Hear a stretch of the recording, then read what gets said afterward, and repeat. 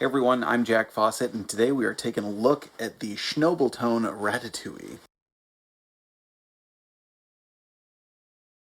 I'm really excited to get this pedal and to play it, and thank you to Shnobel Tone for sending this out for me to bring you all the demo.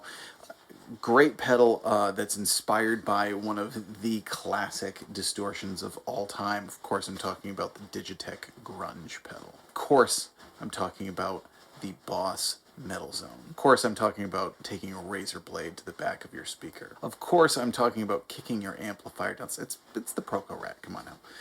And one of the things that, so I've used Proco Rats before, just the basic production model, which aren't really that great. You know, there's some usable tones in it, and they're certainly better than they get. They're all right.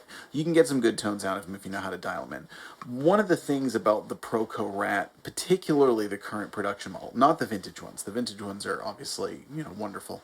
The current production model, you really have to crank up the filter in order to get a usable tone, or else it's just kind of hissy and spitty and raspy.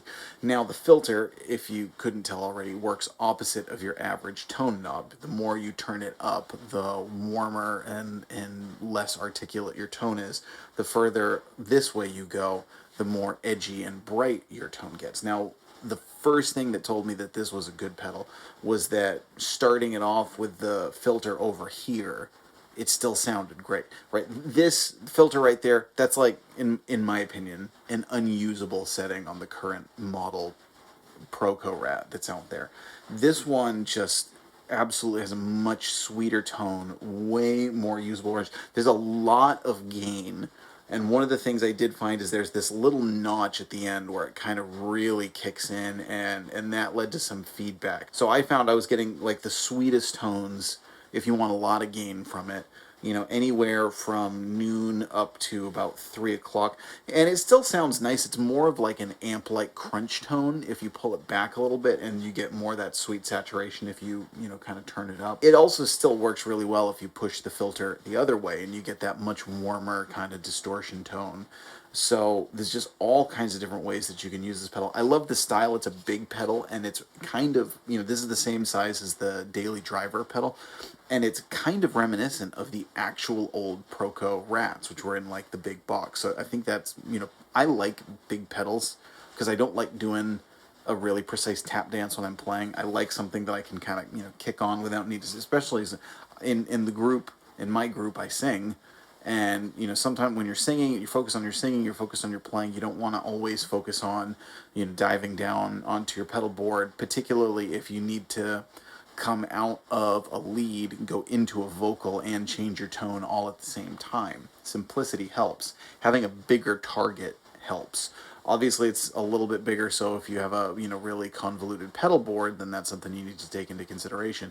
But for me, that's, you know, I like bigger pedals. It sits a little higher, so it's also one that, you know, like you could put a smaller pedal kind of underneath it and then sort of get to this one over the top.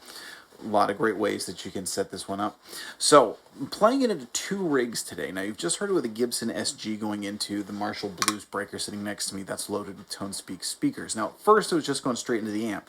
The other classic way to use a Rat, like many classic distortion pedals, was to go into an already overdriven amp, and I don't really fancy cranking this one. I've done it plenty of times before, and it sounds great, but when you're sitting in the room with it, it's a lot. So, at the end there, you heard me stacking it with the Daily Driver and using the Daily Driver to kind of simulate like you're going into an overdriven amp.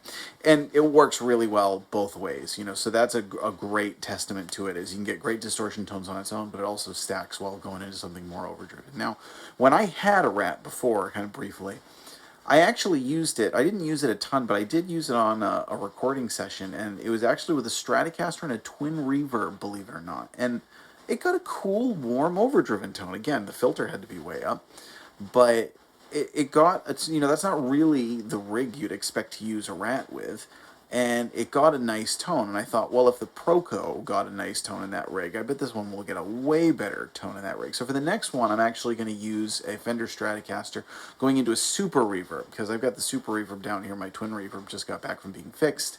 Not only did I not want to crank the Bluesbreaker, but I also don't really want to carry my twin to the studio right now. It's just laziness all around here. So let's hear how it sounds with the Fender Stratocaster and the Super Reverb. Let us know what you think. This is definitely tops as far as Rat pedals that I've played. And I actually hadn't had a Rat for a while. I've owned a number of different clones. You know, there's been some good ones, and of course owned the classic Rat. And this one is really an excellent pedal. I'm very impressed with how this sounds. And, you know, just with your basic 3-knob setup, classic look, a lot of range, a lot of different tones you can get. Let us know what you think in the comments. I'm Jack Fossett. Please remember to like, share, and subscribe, and I hope you enjoy the rest of the video.